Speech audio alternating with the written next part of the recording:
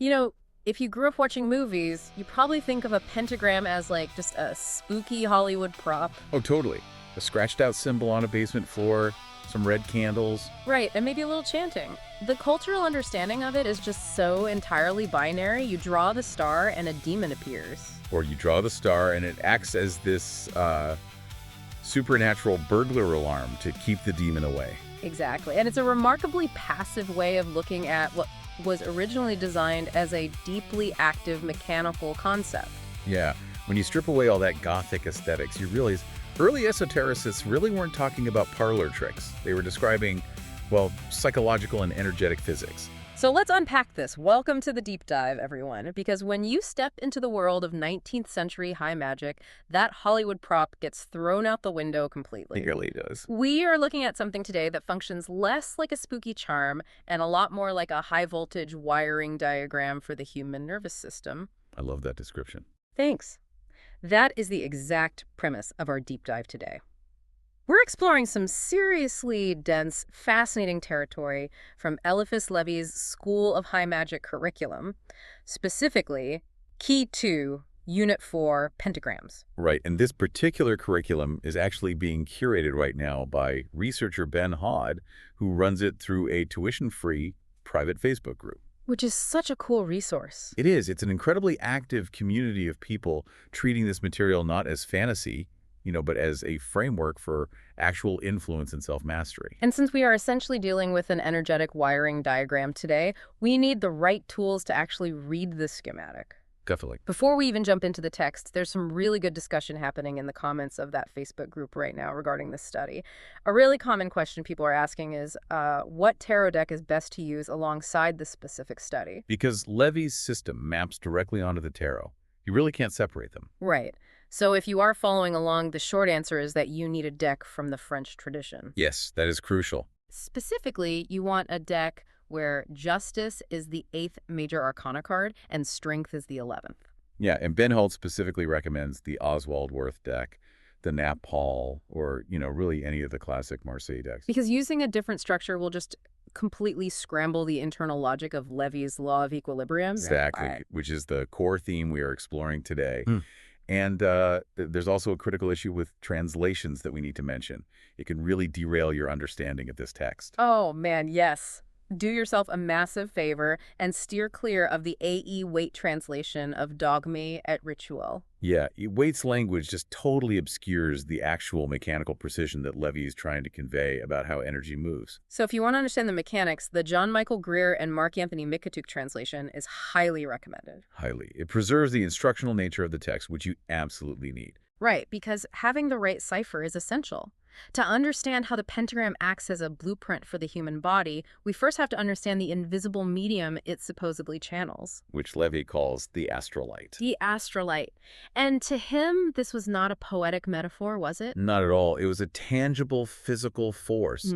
To him, it was as real and measurable as gravity or, electricity. He describes it as this primordial plastic medium that absorbs and retains all thoughts, forms, and impressions. It basically functions as a universal memory bank. Yeah, the analogy I always think of is if you drop a stone into a physical lake, the ripples eventually fade into nothing, right? They dissipate. But in the astrolite, the medium retains a permanent imprint of every single ripple ever made. Wow. Every fear, every fleeting desire, every obsession leaves a structural mark in the ether. And when you combine that concept of a permanent retentive atmosphere with human intention, you get a highly volatile environment. Extremely volatile. Levy uses this great analogy of a steering wheel and an engine to explain this relationship. Oh, right. Break that down for us. So the astrolite is the engine. It possesses immense retained power and momentum. But without a driver, it just idles or it runs wild based on whatever environmental currents are happening. Okay, so where does the pentagram come in? The pentagram itself is the steering wheel. On its own, just drawing the shape on a piece of paper does absolutely nothing. Right, no spooky demons popping out of the floor. Exactly. The symbol only becomes active when the driver uses it to direct that ambient current. It makes me think of the modern internet, honestly. No, that's a good comparison. Yeah, because the internet is this invisible, ubiquitous medium that permanently remembers every click, every search, every weird rabbit hole millions of people go down. it retains all those impressions. It really does. It never forgets. So drawing the pentagram with intentionality is essentially the act of like logging into this massive retentive network. I love that. Yes, you're logging in. And the mechanism for how we log in is actually hidden in the geometry itself. Right, the actual shape of the star. Yeah, Levy points to Heinrich Cornelius Agrippa's famous Renaissance drawing. You know, the image of a naked man standing with his arms and legs outstretched inside a five-pointed star. Oh yeah, everyone has seen that drawing at some point. Right. This is the pentagram and representing the microcosm or the small world. And Levy is being entirely literal here about human anatomy acting as a magical circuit. He explains this through the concept of the double sympathy of the human extremities. Yes. Because in this hermetic worldview, the physical body is basically a living battery of opposing polarities. Exactly. So the right side of the body represents an expansive, active, masculine force, what Kabbalists call cheesed or mercy. Right, and the left side of the body acts as a restrictive, receptive, feminine force, Jivora, or severity. But those forces don't just sit statically on either side of the body. They cross over each other to create a functional energetic circuit. So like your right hand connects energetically to your left foot. Yes, and your left hand connects to your right foot. And then the single point at the top of the star, the head, is the sovereign intellect that sits above this cross current, directing the flow of that polarity. Which means the human body functions as a battery, generating a charge, and it can output that charge into the surrounding environment. But the moment you start pushing your energy into the astral light, you encounter Newton's third law of motion, basically applied hermetically. Every action has an equal and opposite reaction. Right. Which brings us to the law of occult reciprocity. The big rule. Yeah, you cannot touch the astral light without it touching you back. This physical law governs why so many people just destroy themselves trying to wield influence. And it fundamentally changes how we should understand the concept of necromancy, too. Oh, this part blew my mind. Let's get into the necromancy stuff. Because the word comes from necros, meaning dead body, and manteia, meaning divination. Right. And popular culture assumes necromancy is the act of summoning a deceased person's actual soul for a conversation. But Levy argues that is a total misunderstanding of how the afterlife and the astral light actually operate. Totally. You aren't interacting with a soul at all. You are interacting with the residue that person left behind in the universal memory bank. Going back to the internet analogy, it's like interacting with someone's old, abandoned internet search history. Yes. The actual person has moved on, but their digital footprint, their habits and fears, they're all still recorded in the medium. And those records are what Levy calls decaying astral shells, right? Exactly. So when an operator attempts necromancy, they are essentially plugging their own living battery into an empty shell to inflate it and make it mimic the deceased. Which is terrifying. It is. Yeah. Because the shell has no life of its own, so it acts as a parasite. The operator has to use their own vital force as the fuel to animate it, which is just an incredibly draining and dangerous misuse of energy. And here's where it gets really interesting, because that exact same danger of reciprocity applies to the living. Yes, it does. Levy issues this massive, glaring warning against love magic, specifically calling out the practice of using magnetic passes. Right. And to understand why this is so dangerous, we have to look at Franz Mesmer's theory of animal magnetism. Because that heavily influenced Levy, didn't it? Hugely. Mesmer believed that a magnetic fluid permeates the universe, and that a trained person could consciously project this fluid from their own nervous system to influence or heal another person. But when you project an intention outward, like, say, a desperate desire to make someone fall in love with you, you are forcefully pushing that magnetic fluid toward a target. Yeah, because the law of reciprocity, pushing energy outward requires force, which instantly creates an energetic vacuum at your own origin point. And that vacuum demands to be filled. Always. It's like two people standing on a sheet of ice tied together by a thick rope. If I pull violently on the rope thinking I'm going to drag you toward me, well, the lack of friction means I am actually just dragging myself toward you. That's a perfect way to visualize it. The rope transfers the force in both directions. So when an operator fires off a love spell to subjugate a target, the current inevitably reverses to fill the vacuum created by the operator's output. Yes, the residual energy of the target gets pulled backward into the person casting the spell. Meaning, instead of binding the other person, the operator becomes the one who is utterly obsessed. Subjugated. consumed by the target. It completely backfires. So if we trace this logic back to the pentagram, the symbol isn't there to protect you from external demons lurking in the shadows. Not at all. It is a schematic designed to protect you from your own lack of psychological boundaries. Exactly. It protects you from the consequences of your own imbalanced output. It's a blueprint for bringing your reason, your emotion, your desire, and your will into total equilibrium. So you can stand firmly on that ice without being dragged across it by your own desires. Perfectly said. But okay, if projecting influence always risks creating a vacuum that drags you out of balance, how does anyone actually accomplish anything? Right. How do you do magic without destroying yourself? Yeah. And Levy's answer to this is the concept of active equilibrium. You survive the cross currents by simultaneously building and defending. And he illustrates this using one of the most notoriously misunderstood images in esoteric history, the sabbatic goat or Baphomet. Which people still freak out about today. Oh, constantly. But Levy uses this image as the frontispiece for his book and refers to it as the magical androgen. Far from being a symbol of evil, it's actually a really dense cosmic blueprint of perfect equilibrium. Yes, if you look closely at Baphomet's arms, one arm points upward to a white illuminated moon and the other points downward to a dark moon. And written on the right arm is the word solve, which means to dissolve, break down, or analyze. And on the left arm is the word coagula, which means to congeal, build, or synthesize. Meaning you have to engage in both processes simultaneously. Right. Levy connects this principle of dynamic balance to the biblical book of Nehemiah. Oh, the story's so evocative. It is. When the workers were attempting to rebuild the walls of Jerusalem, they were under constant threat. Right. So to succeed, they had to work with a trowel in one hand to lay the bricks, which is the act of coagula, or construction. But in the other hand, they had to hold a drawn sword to fend off attackers, the act of solve, or defense. And nature operates the exact same way. It really does nothing else but destroy to regenerate. Yeah, think of an oak tree. For the tree to grow, the seed has to violently rupture and destroy its own shell. It actively pushes the dirt out of the way to claim space. Exactly. Levy refers to this defensive destruction as dispersing the enemy, which basically means clearing away stagnant astral husks, or clip-off. Clip-off are the energetic debris, right?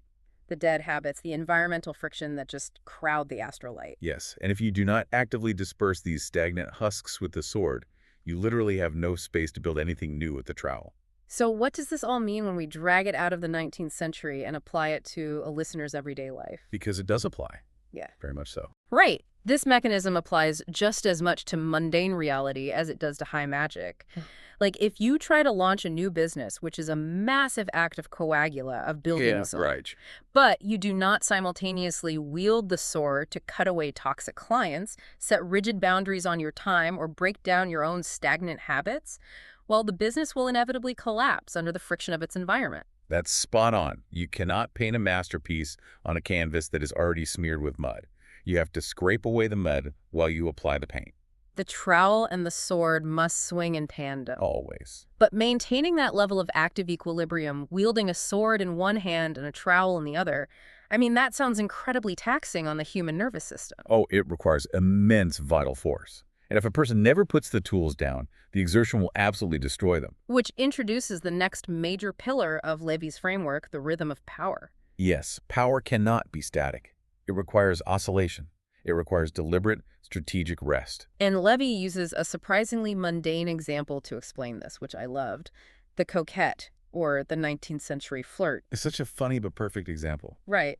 He observes that if you constantly shower someone with caresses, availability, and mercy, basically giving them an endless supply of cheese, it creates satiety and eventual disgust. The target just becomes numb to the affection. But conversely, if you subject someone to constant severity, restriction, and coldness, an endless supply of jivora, it causes emotional necrosis. The target simply distances themselves to survive. So influence only functions when it swings like a pendulum. It requires a rhythm between hope and fear, between heat and cold. It's spiritual fluid dynamics, and Levy grounds this concept in an alchemical metaphor. Walk us through that. So, imagine an alchemical furnace designed to refine a raw material inside a hermetic jar. If you stoke the fire constantly, keeping it at maximum violent heat, you don't actually refine the material faster. Right, you calcinate it to worthless ash. Exactly. And the sustained, intense heat eventually shatters the jar itself. And the hermetic jar, in this context, is the operator's own physical body and nervous system, right? Precisely. To successfully refine the material, the operator must substitute that violent fire with the slow, resting, digestive heat of lime or mineral fertilizers. The soil needs time in the dark to quietly process the work. Yes. And this translates into a very strict functional rule for any kind of energetic operation. Levy states that any intense expenditure of vital force must be followed by an equal period of rest. But he specifies that this rest cannot be passive laziness, No, it must be what he calls an analogical distraction, but contrary to its object. which is just a brilliantly precise phrase. It really is. Analogical means the rest must have a symbolic connection to the work you just did, but contrary to its object means the intentionality must be completely reversed. Okay, give us an example. So if an operator performs a fiery, aggressive Martian ritual to conquer a massive obstacle, they should not go read war poetry afterward to keep the energy going. But they also shouldn't just lie down and stare at the ceiling. They should go outside and chop wood. Ah, I see. You take that same intense Martian physical energy and you channel it into something constructively mundane and mindless. Exactly. You trick your nervous system into grounding the electrical charge. This maps perfectly onto the mechanics of athletic training, too. Oh, how so? Well, a powerlifter doesn't actually build muscle while they are actively lifting the heavy weight. Right. The exertion in the gym purely tears the muscle fibers down. The actual building of the muscle, the coagula, happens exclusively during the recovery phase when the athlete is resting and eating. That's a great point. And this mechanical truth stands in direct opposition to our modern cultural expectations, doesn't it? Oh, completely. We are constantly pressured by this societal expectation of perpetual energetic output, hustle culture. Yes, we're told to always be building, always be networking, always project intent. And that expectation of constant output is literally the alchemical furnace being run at maximum heat until it shatters the jar. We try to maintain peak severity or peak mercy without oscillation. And Levy warns that this approach inevitably leads to complete moral and energetic impotence. To demonstrate the terrifying cost of ignoring this rhythm and trying to brute force your way through nature, Levy points to Paracelsus. Right, who was an absolute force of nature during the Renaissance. I mean, he's famous for publicly burning the ancient medical textbooks of Galen just to prove he was starting a new era of medicine. He devoured knowledge, but he also lived furiously. And Levy argues that fighting nature with raw force like that is ultimate hubris. Yes. He references Duchanteau's magical calendar, which states that the true initiate is simply the ape of nature.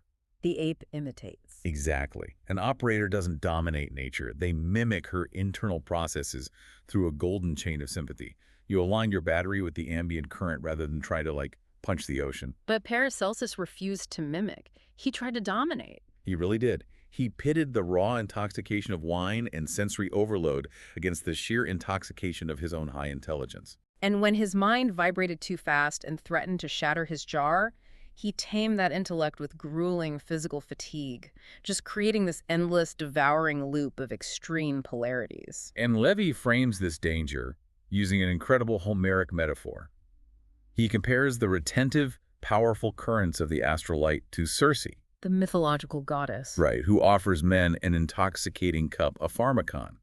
When the men drink from it, it strips away their sovereign reason and reduces them to pure, primal instinct. Literally turning them into swine. Exactly. So if an operator drinks from the cup of occult power without maintaining their equilibrium, just for the thrill of the sensory phenomena, the astral light swallows them whole. They lose the intellect that is supposed to sit at the top of the pentagram. Yes. So to survive the current, Levy says you must use the sword of Ulysses. And the sword represents the element of air, which correlates to intellect, logic, and severity. The operator must use that sharp, cutting logic to physically distance their lips from the cup before they lose their reason.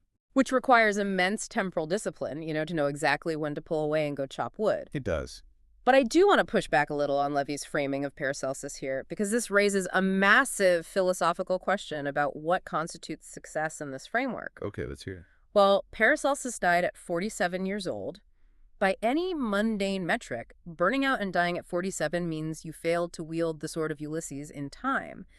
It means the alchemical jar shattered. It is a profound question, and Levy actually holds a very specific, slightly terrifying view on this. Really? What does he say? He states that men like Paracelsus use and abuse without fear.